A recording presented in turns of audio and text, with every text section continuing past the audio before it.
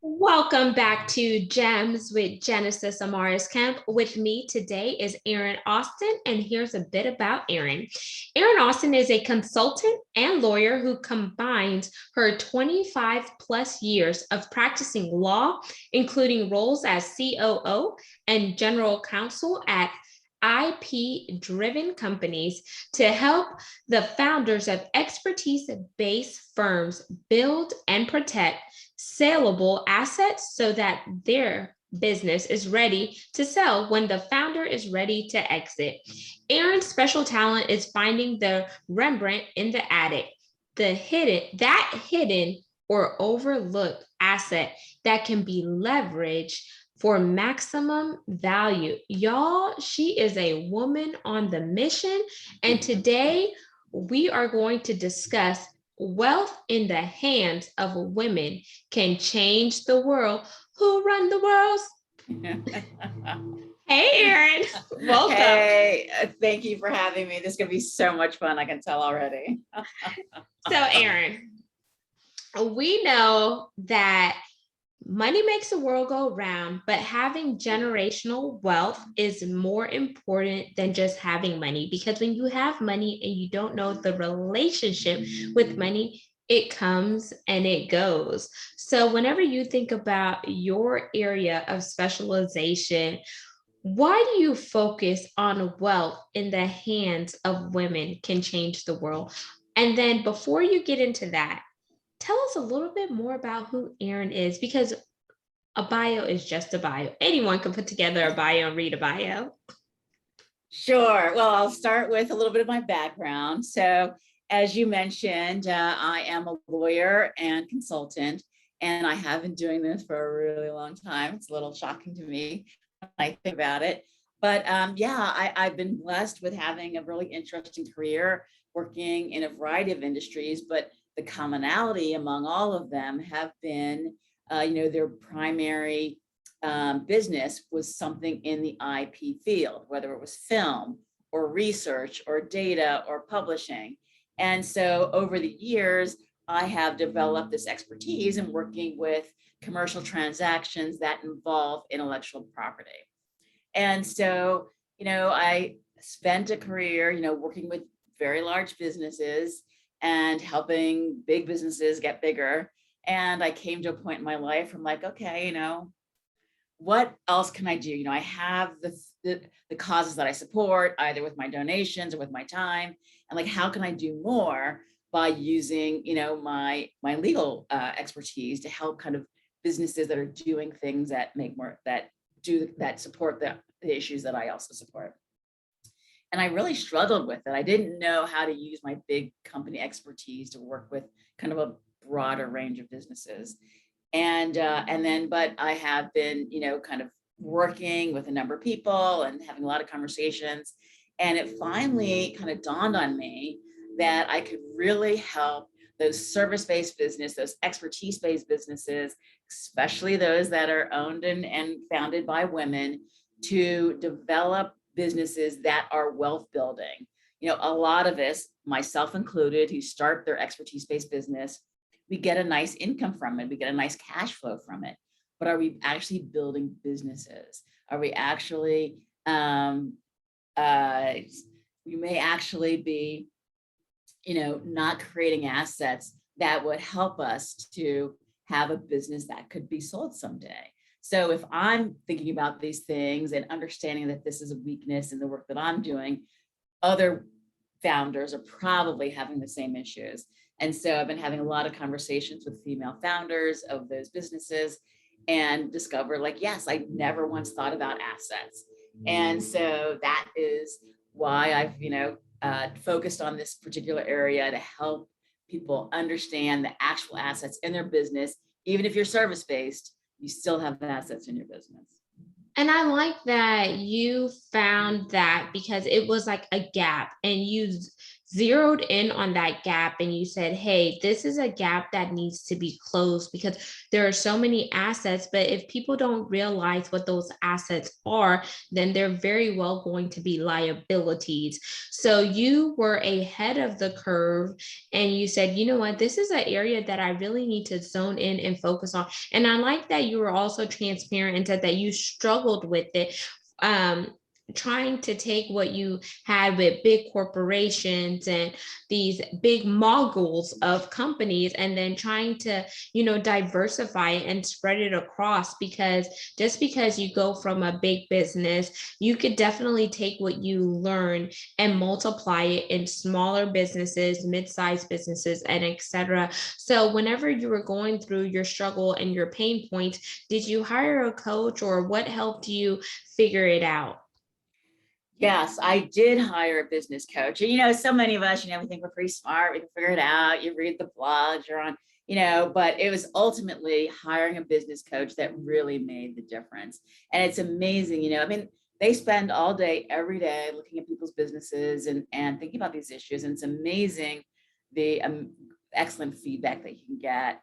It's it's an investment, right? Just like any other type of education, working with someone who has the expertise to help you kind of take that leap forward and give you clarity. I like one of the things that was in particularly helpful for me is, as a lawyer, I kept thinking about kind of legal, in kind of legal language, right? And so I started first talking about intellectual capital. And people were like, huh? And I wasn't getting any, there was no feedback from that. It was just like, I don't even know what that is. And so I'm like, okay, let me leave the intellectual capital conversation alone. And then I started talking about intellectual property. And still people are like, well, I don't have any software, I don't have any courses, so I don't have any intellectual property. So that still wasn't the right vocabulary for what I wanted to talk to people about. And so now I just talk about assets, and everybody gets assets, and everyone wants to have assets, and they understand that the value is in owning, not just doing. And so owning means assets. And so that is where I've had the most engagement. People really understand, yes, I need to build assets. I need to own something and not just provide services selling my time. So let's break it down based on your language, and then we're going to get into the other part, which is the wealth and the generational wealth. So whenever you say intellectual capital, then you say intellectual property, then you break it down to assets. Tell the audience what is the difference between intellectual capital and intellectual property. And then everyone knows assets, like you said, because I definitely, since you brought it up, I definitely want to make sure we can educate somebody, we can inspire them and motivate them, because sometimes we don't know what we don't know, but that's why learning is key. Great. Well, I'm going to start with intellectual property because that is the narrowest bucket. So intellectual property is literally kind of the legal protection that is provided to us through, federal state laws. So those are the things that are protectable by the statutory structure. So that would be your copyrights, trademarks, patents, and trade secrets. And so only those four buckets of rights are intellectual property.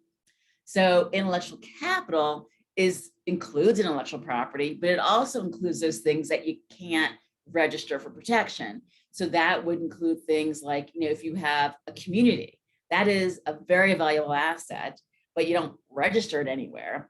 But it is super, if you have an online community, an email list, things like that, extremely valuable, but you don't register it anywhere, right? Let's say you're positioning, that fact that you are the go-to person for, graphic design for, tailors, that is super valuable, but you don't register your positioning anywhere. So let's say you have, great, if you're in the food business and you have, these great relationships with your suppliers, you get the best, mushrooms from whatever, and you have this, this great shelf space in your local market, your suppliers and your distributors, you don't register them, they're not intellectual property, but think about how valuable they are to your business. so that your relationships are part of intellectual capital. And so, yeah, Ah, so this that is makes sense. Okay, okay. keep All going. right. All right. So that's kind of the way, which is really important, which is why I wanted to talk about it. But it's the line between what intellectual capital is and what the value is to an expertise-driven business is a little bit of a long one, which is why I couldn't get people's attention if I just start talking there. Wait, why So, don't you start a course on that? Because it makes sense when you say it that way. And if you just break it down the way that you broke it down here on Gems, it makes clear sense, because think about all the people who have had to pivot due to the pandemic and go from brick and mortar to virtual and build out their business that way. They have intellectual capital that is driven by their intellectual property, and all of that is part of their assets. Yeah. Well, that's why I use the term assets, because I think I like to use intellectual capital and assets interchangeably. And so when we talk about what assets are in your business, I am including those things like your online community or your relationships or your positioning. So I mean, so I'd rather kind of educate on, yes, you have assets. Intellectual capital, I mean, for me as a lawyer, I love it, but I don't know that anyone else really does. So that's why I like talking about assets. We all want assets. So yeah. Okay, nice. And thank you for explaining it, because when you explained it from a lawyer's perspective, it definitely made sense. And the way you broke it down, it was so easy to be like, oh, I see where she's going. And so it's like, hey, you hear me knocking? Let me in. Yes. Now, when we think about wealth in the hands of women can change the world, what was your mindset behind that? Yeah, there came a time in recent American history where it became very clear to me the outsized influence that wealth has on our democracy, and I'm using quotes there. And yes, presumably, each of us has an equal vote, but we know that there are factors that help, that go with, there's certain power, access, influence that comes with having wealth. And so for me, okay, how do I get more wealth in the hands of people who support kind of the ideals about this country that I also support? And so that is when my quest for kind of working with smaller, more diverse group of clients started. And it really, for women, I mean, I'm looking at the research and it shows, women, they give more. They share more with their families, with their communities, with their churches. They volunteer more. I mean, even if they make less, they contribute more than men do. And so to me, okay, I can give money, which I do, and support causes, which I do. But if I can help more women be in a position to do that, then that multiplies the impact of what I'm doing. And so that's why it's super important to me to help women kind of build wealth. They will, it impacts the next generation when they have wealth as well, and elevates, their families, their communities. And so that is why it's become really kind of part of my mission. And I love that, because I've been that woman who, didn't make, a lot of money when I was in corporate America until I spoke out after the whole Black Lives Matter movement thing. Then, bam, I got a $20,000 salary increase last year. Then they raised my classification level from a 15 to a 22, as if you didn't know that you were already underpaying me in comparison to my non-melanated colleagues, as if you didn't know that I was the only chocolate drop on my team working in trade regulations and compliance. And it's like a slap in the face. But I was like, why do you have to wait until somebody speaks up in order to give them what is already theirs and what they've worked so hard for, especially if they're already representing your company and etc. And then you think about the diversity, the equity, the inclusion. Plus, let's not forget about equality, because people always want to talk about equity, but they don't want to talk about equality. And you see the gender gap, you also see the wage gap, and women are paid significantly lower than males, but you still want women to be mothers to their children. You want them to go to the corporation, meet all your KPIs, then you want them to go above and beyond. You want them to do all these things, volunteer, bake sales, all of this stuff, but then you're not putting some respect on their check, which I talked about that in a I like solo that respect. episode. That's great. I like that. And it is just ridiculous. And now we're facing right now, well, not facing, well, no, yes, we are facing. I take that back, y'all. We are facing the great resignation right now, because you see a lot of people are fed up with corporations and organizations, and they feel like, you know what, if I could work for you and I could bust my butt, then I could take the same amount of time and energy and do it for myself. Absolutely. And women, they do want flexibility. They don't want to take a vacation day to go take their son or daughter to the doctor. That's not a vacation, y'all. A vacation is actually when I unplug and unwind and do what I want to do. You know what I mean? Absolutely. So how can we help these women who are still stuck in these 9 to 5 jobs because they need to provide for their family, and give them, the blueprint and the tools that they need to actually rise up and start something of their own, so they can see their generational wealth without running into glass ceilings? Because it's hard when you leave a 9 to 5 and you go into the entrepreneurship, because things hit different, y'all. Your bank account is not going to hit every 2 weeks, every 1 week like you're getting paid. You got to hustle hard. That is so true. That is so true. Well, I mean, so many of us, myself included, when I left corporate, and my first client was my former employer, right? And so it is a great place to start to develop your own expertise-based business. Almost all of us have developed some sort of expertise when we're in-house at corporate. And I don't discourage people from starting out that way, like starting out, selling your time back to your old employer while you're continuing to build your business, and getting that flexibility you want is a great way to start. And it's kind of helps you hopefully kind of have some sort of stable revenue stream while you're thinking bigger picture and longer term. So I don't tell people not to do that. I think it's a very good idea. But to also be thinking longer term when we start talking about building these assets, building, like, as you continue to work for yourself, and there'll be some commonalities among your clients. There'll be some commonalities among the problems that they're having.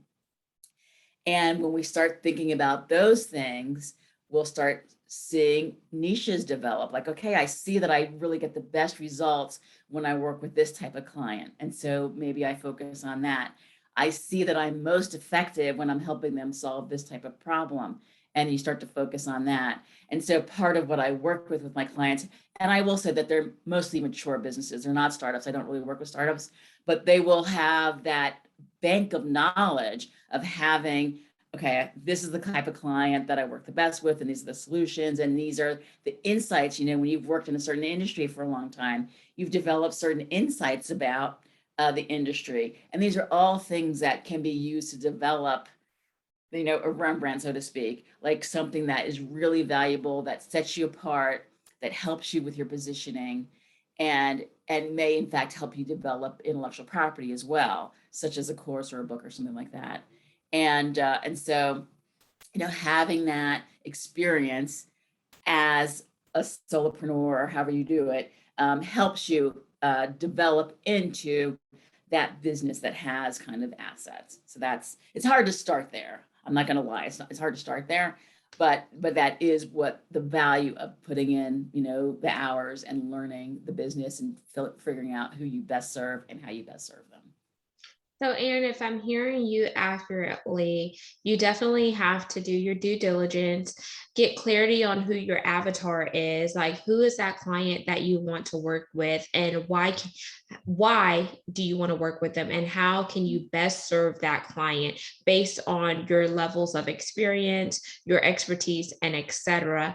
And then you said, let your client be that corporation that you used to work with. Did I hear you correctly? Yeah, starting out, when you're starting out, make sure you get some business, get some revenue stream, get some stability underneath you, and start to figure out what works best for you. It's, there certainly will be those exceptions where you come out knowing exactly what you want to do, exactly who you want to do it for, and with the security of either the savings or a spouse or whatever, to be able to just kind of work on your niche and not take anything, that comes along. If you're not that lucky, then absolutely, get that revenue stream growing, but always be thinking about developing those assets, figuring out, who that ideal client is, figuring out what that signature solution that you may have would be. So just make sure you're not just thinking about selling your time, but how can I use what I'm learning to create some assets? Beautiful, because y'all, you don't want to always sell your time forever. Right. You want Right. your money to work for you. You want to have those smart investments and you want to see that multiplication. And I feel like just going into something new, yes, it's going to be hard, but whenever you put in the work, hard work surely pays off. And then if you're doing something and it's not yielding you the return that you want, tap into a SME, a subject matter expert that has already been where you are and has made it out of where you are, and ask that person, whether it's a coach, a mentor, or whatever the case may be, to help guide you along. Yes, you may have to pay them some money because not everyone is going to give you something for free, but then ask yourself, okay, if I invest over here with them, what is my ROI going to be? And that's return on investment. So just always be mindful and thinking ahead, because if you stay ahead of the curve, you're not going to get left behind. And, this is something that, I'm working at as a visionary life coach and as someone who spent 15 years in corporate America. I had to invest in my own coach because there are certain things that I want to achieve, and I don't want to keep failing. I want to, go further with somebody else versus me doing it alone. So that's one thing I wanted to interject there. And Erin, as we begin to wind down, are you ready for a wild card game? Oh my goodness. Okay. It's going to be fun, no pressure. It's going to be learning a bit more about Erin Austin. So you ready? I'm ready. Okay. Comedy or drama, movie wise? Comedy. 2, favorite comedian? Red Fox. I'm aging myself. There we go. Red Fox. Okay. 3, who do people ever tell you look like a celebrity? Oh gosh. A long time ago when my hair was straight, but not recently now. Who was that celebrity? I don't remember her name anymore, but because I didn't really particularly care for the comparison, but she was on one of these cop shows. I can't remember the name of it because I don't really watch TV. And she's actually British, but she used American accent when she was on the show. This is like 10 years ago, I want to say. I can't remember her name. Okay. No worries. Yeah. Favorite color? Green. Green. Okay. Yeah. What type? Nature. Green? Nature green. Yes. 5, favorite food? Oh, sweet potatoes. Sweet potatoes. Okay. Yeah. If you could have any superpower, what would it be and why? Oh my gosh. To read people's minds. I don't know. I'm sure I would regret it immediately. But I would like to be able to mess with people.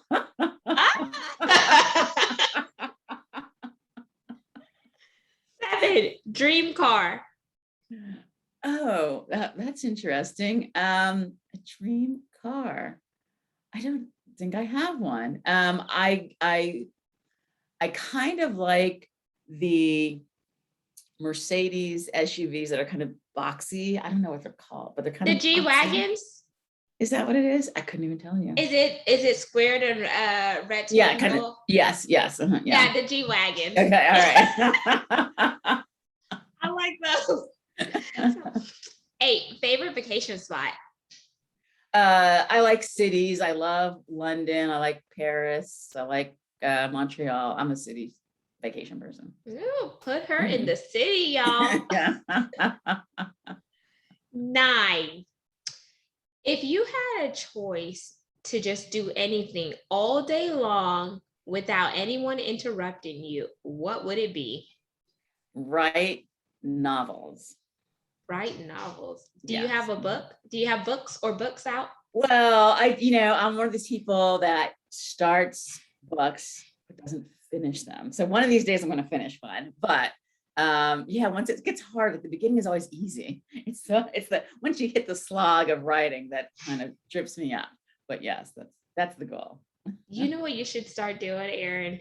You should just focus on a book that you started writing and then put your end goal next to when you want to be completed with that book. And then every day, this helps me. So it's my 1-1 method or my 1 cube method. You could write 1 page a day. You could write 1 paragraph a day, or you could write 1 chapter a day, but do what is most attainable to you based on your current schedule. So a paragraph, a page, or a chapter a day. Nice. 1 cube, y'all. Yeah, I like that. And then 10. Bonus question. This is where you could ask me anything you want to know about me. Well, I would like to know if you could do anything all day uninterrupted, what it would be. Oh man, probably watch movies, y'all. Like I love movies. And I guess the insider tip or inside scoop was before I decided to go to college, I actually went to acting school here in Houston. It was called the Neil Hamill Agency, and I got selected for IMTA LA, which is the International Model and Talent Agency. But once my parents, y'all, who are non-Americans, found out that it was $5,000, my dad's like, oh no. And like now that my dad passed, because he passed last year, every time like I tell the story, I think about it because my dad's like, if they want you that bad, they will pay $5,000. But me and your mama, no, we're not paying that. Your father was a smart man.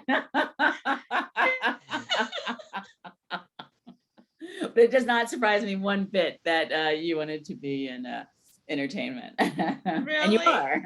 Yes. And y'all, my mom made me go to school after that. So I started off being a psychology major. Then 2 years into the program, my older brothers, y'all, wisdom. You should listen when somebody older is telling you so. But I learned now. He's like, you're not going to make any money being a psychology major unless you get a master's or a PhD. So you should just do something else. So then I switched my major to supply chain and logistics. And y'all, I was stuck in oil. Well, not stuck. I fell into oil and gas and stayed there for 12 years. The money was good, but then you deal with politics, you deal with systemic racism, and etc. Especially when you're a chocolate drop like me, working in a good old boys club where it's ran by Caucasian males. You definitely have to work twice as hard, not just to be seen, but to be heard.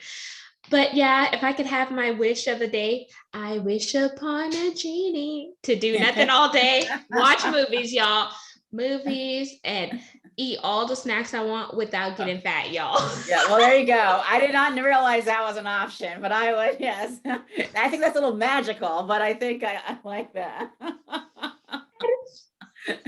Erin, I want you to close us out with once again telling the listeners and viewers who you are, how they could connect with you, and leave them with 1 or 2 gems. Great. Well, I am Erin Austin, and I hang out on LinkedIn, and you can see me at Erin Austin. I've been on there so long. I am the Erin Austin on LinkedIn, and then my website is thinkbeyondip.com. And if you go there, you can get a freebie that I have, which is called, Is There a Rembrandt in Your Attic? And it's a worksheet that helps you kind of think about the assets that you may already have in your business. I gave you a couple of examples during the course, such as community and relationships and positioning. And so go there to check that out. And a couple of tips. I mean, this is kind of really boring, but coming from a lawyer, you got to expect this. Make sure you use contracts. They don't have to be complicated, just simple stuff to make sure that it's super clear who owns what the expectations are, how to deal with any issues. And believe me, it makes life easier, not harder. So please use your contracts. And there you have it, listeners and viewers of Gems with Genesis Amaris Kemp. You just heard Erin Austin, y'all. Plug in with her and go head on over to her website so you can get that freebie.